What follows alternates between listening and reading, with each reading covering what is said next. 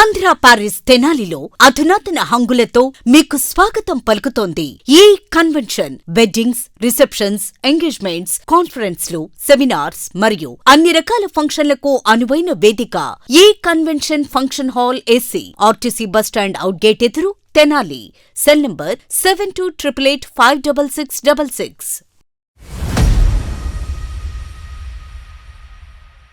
Tenali auto నగర్లోని Katuri art గ్యాలరీలో అంబేద్కర్ విగ్రహాల భారీ ప్రదర్శన ఈరోజు ఏర్పాటు చేశారు. ఈ నెల 14వ తేదీన డాక్టర్ బిఆర్ అంబేద్కర్ జయంతి సందర్భంగా ప్రతి సంవత్సరం కూడా ఇక్కడ కాటూరి ఆర్ట్ గ్యాలరీలో సూర్య శిల్పశాల ఆధ్వర్యంలో అంబేద్కర్ విగ్రహాల ప్రదర్శన ఏర్పాటు చేయడం ఆనవాయితీగా వస్తుంది. అందులో భాగంగానే ఈరోజు శనివారం ఉదయం నుంచి కూడా కాటూరి ఆర్ట్ గ్యాలరీలో ఈ ప్రదర్శన అనేది కూడా ఏర్పాటు చేశారు.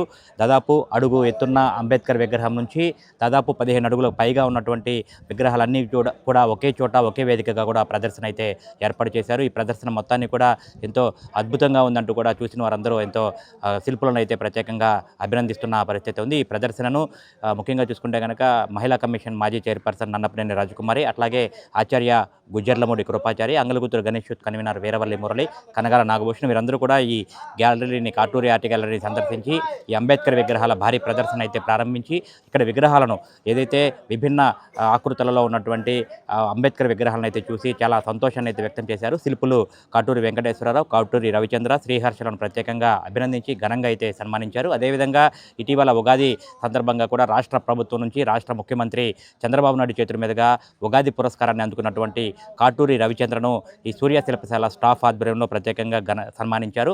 ఈ సందర్భంగా కూడా దాదాపు అనేక సంవత్సరాలుగా విభిన్న విగ్రహాల తయారీలో కాటూరి ఆర్ట్ గ్యాలరీ సూర్య శిల్పశాల ఎంతో ప్రసిద్ధి చెందింది. తెనాలి ప్రాంతంలో ఇక్కడ విగ్రహాలను తయారు చేసి దేశ విదేశాలకు పంపించడంతో పాటు విభిన్న తయారీల విగ్రహాలకు మంచి గుర్తింపు పొందారని చెప్పి కూడా అతిథులు ఈ కాటూరి ఆర్ట్ గ్యాలరీని సందర్శించి ఇక్కడ ఉన్నటువంటి శిల్పులను అయితే ప్రత్యేకంగా అభినందించారు. వీరి ఖ్యాతి తెనాలి నుంచి కూడా ప్రపంచవ్యాప్తంగా మన తెనాలి ఖ్యాతిని చాటి చెప్తున్నారంటూ ప్రత్యేకంగా అభినందించారు. సూర్య శిల్పశాల నుంచి కూడా రవిచంద్ర, కాటూరి రవిచంద్ర ఎవరైతే ఉన్నారో యువ శిల్ప కళాకారుడు, ఆయన ప్రత్యేకంగా ఈ స్టాఫ్ సూర్య శిల్పశాల బృందం అందరి ఆధ్వర్యంలో కూడా ఘనంగా అయితే సన్మానించిన పరిస్థితి.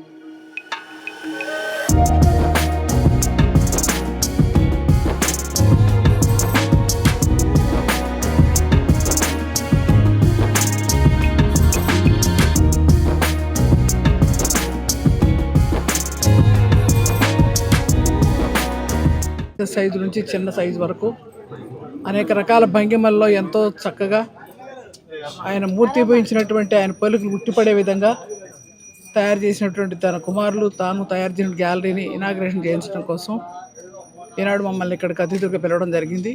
దానిలో పాల్గొన్నటువంటి కృపాచారి గారు, విద్యావేత్తలు, పెద్దలు, గౌరవనీయులు, సంఘ సేవకులు, సమాజానికి ఎంతో సేవ చేసినటువంటి వ్యక్తి అయినా మంచి కుటుంబం నుండి వచ్చారు. అట్లాగే కాటూరు వారి కుటుంబం అంతా కూడా, పిల్లలు, ఆవిడ సతీమణి దగ్గర నుంచి అందరూ కూడా ఆయన చెప్పిన బాటలో నడుస్తూ, ముఖ్యంగా రవిచంద్ర చంద్రబాబు గారి చేతుల మీదుగా మన ఉగాది పురస్కారాన్ని అందుకున్న సందర్భంగా ఇక్కడ సన్మానం మేము అనుకున్నాను. మన తెనాలి 6గురికి వచ్చింది, 6గురికి బయట ఒక కార్యక్రమం ఏర్పాటు చేయాలని అనుకున్నాను. తప్పనిసరిగా బయట ఇది మన ఒక ఫంక్షన్ కళాక్షేత్రంలో కానీ ఎక్కడన్నా సరే ఈ 6గురికి మనం సన్మానం చేయాల్సిన అవసరం ఉంది.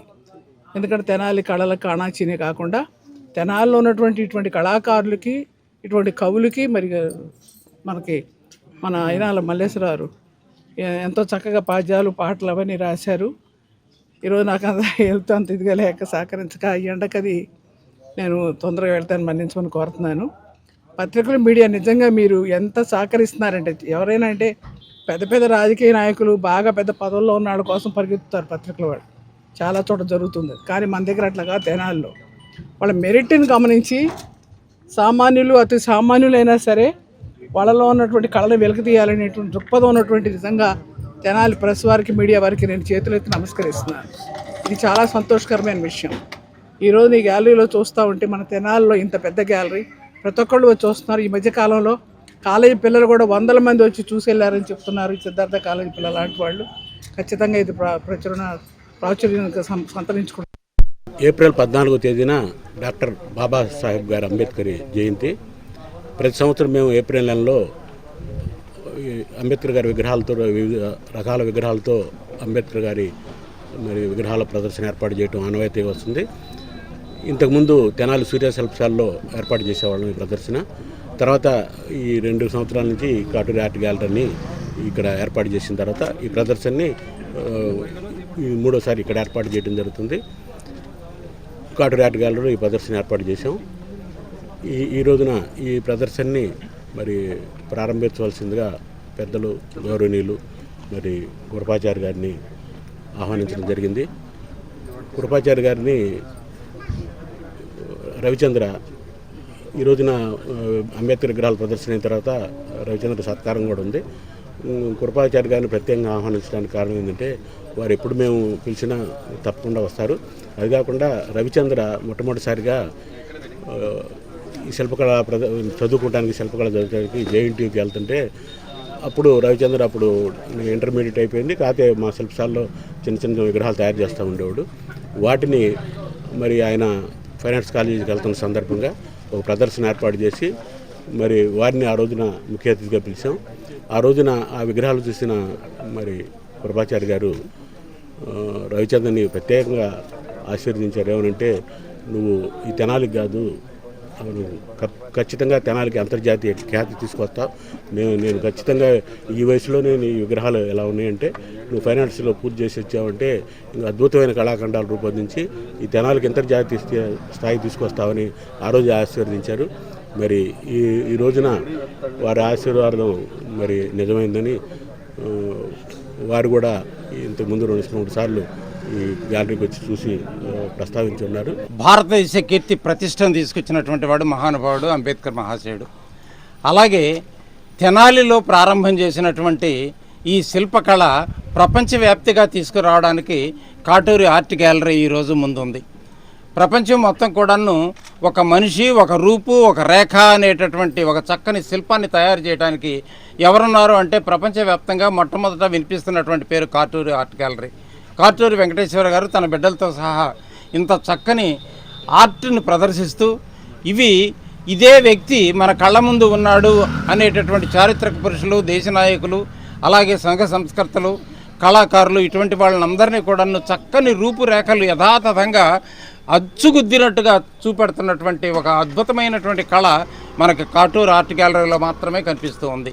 ఇటువంటి అద్భుతమైనటువంటి సమయంలో అంబేద్కర్ గారి ఫోటోలన్నీ కూడాను ఈ విధంగా చేయడం, అలాగే కాటూరి రవిచంద్ర ఈరోజు ఉగాది పురస్కారాన్ని తీసుకుని వచ్చినందుకు తనను అభినందిస్తూ ప్రత్యేకమైనటువంటి తీసుకురావడానికి తన తండ్రి అయినటువంటి వెంకటేశ్వరరావు గారు చాలా అద్భుతమైనటువంటి ప్రతిభను బిడ్డలలో కనబరుస్తూ ఆయన వాళ్ళల్లో వెలుగుతూ ఉన్నాడు ఈరోజు. నిజానికి కనుక ఒక విగ్రహం ప్రపంచవ్యాప్తంగా నిలబడింది అంటే కొన్ని తరాలకు ఆ శిల్ప కళ అనేటటువంటి తయారు చేసినటువంటి వాళ్ళ కళ అద్భుతంగా ఒక మాట మాట్లాడుతుంది. ఏమి అంటే వారు చేసినటువంటి లోకవ్యాప్తమైనటువంటి ఒక మంచి కార్యక్రమాన్ని, దానిని మన ఆర్ట్ గ్యాలరీ ఈరోజు ప్రదర్శించడానికి చేసినటువంటి ప్రయత్నమే ఈరోజు జరుగుతున్నటువంటి ఈ అంబేద్కర్ విగ్రహ అద్భుతమైనటువంటి నమూనాలు.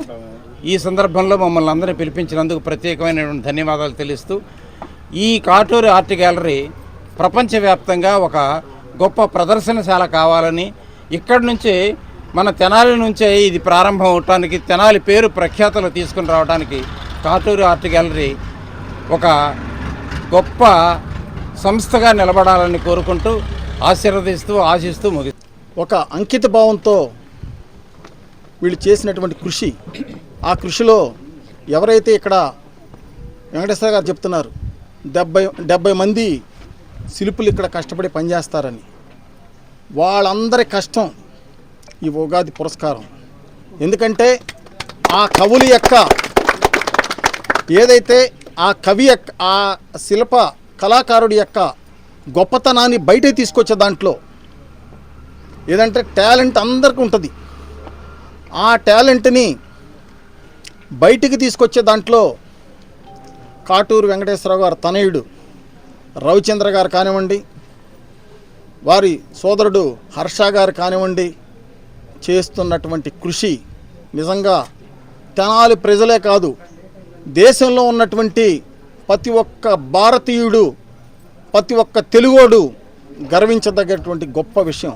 ఎందుకంటే ఈ దేశం కోసం ఎవరైతే పోరాడి ప్రాణాలు ఒడ్డినటువంటి యోధులు ఎవరైతే ఉన్నారో వారందరి యొక్క విగ్రహాలను నెలకొల్పే దాంట్లో కానివ్వండి, ప్రపంచంలో ఒక గొప్ప కవులుగా ఉన్నటువంటి మేధావుల యొక్క శిల్పాలు నెలకొల్పే దాంట్లో కానివ్వండి, ఇటు తమిళనాడు కానివ్వండి, ఇటు కర్ణాటక కానివ్వండి, ఇటు మహారాష్ట్రలో కానివ్వండి, గొప్ప గొప్ప యొక్క రాజకీయ నాయకుల యొక్క వాళ్ళ యొక్క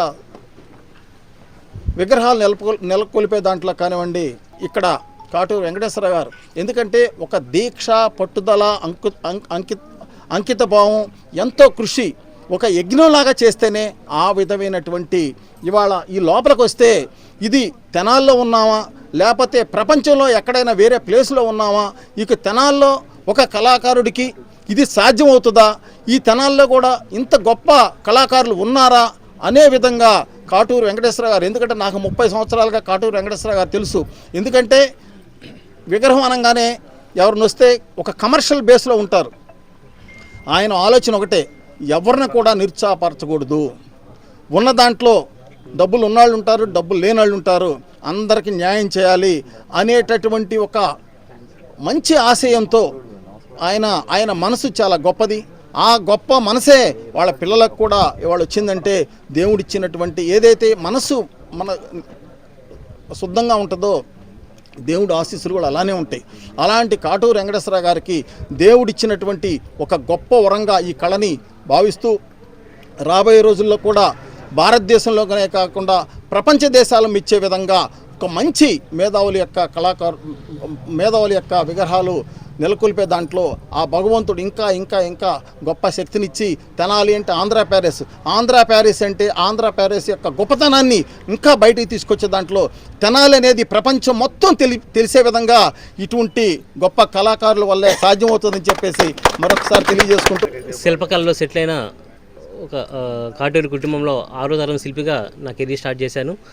సాంప్రదాయంగా వస్తున్న టెక్నిక్స్తో పాటు క్రియేటివ్ వర్క్స్ని, మోడర్న్ టెక్నిక్స్ తెలుసుకునే ఉద్దేశంతో నన్ను ఫైన్ ఆర్ట్స్ కాలేజీలో జాయిన్ చేయడం జరిగింది. హైదరాబాద్ JNTU అండ్ మాస్టర్స్ కలకట్టాలో పూర్తి చేసి 2 యూనివర్సిటీ నుంచి గోల్డ్ మెడల్ తీసుకున్నాను. సో అరౌండ్ 2011కి నా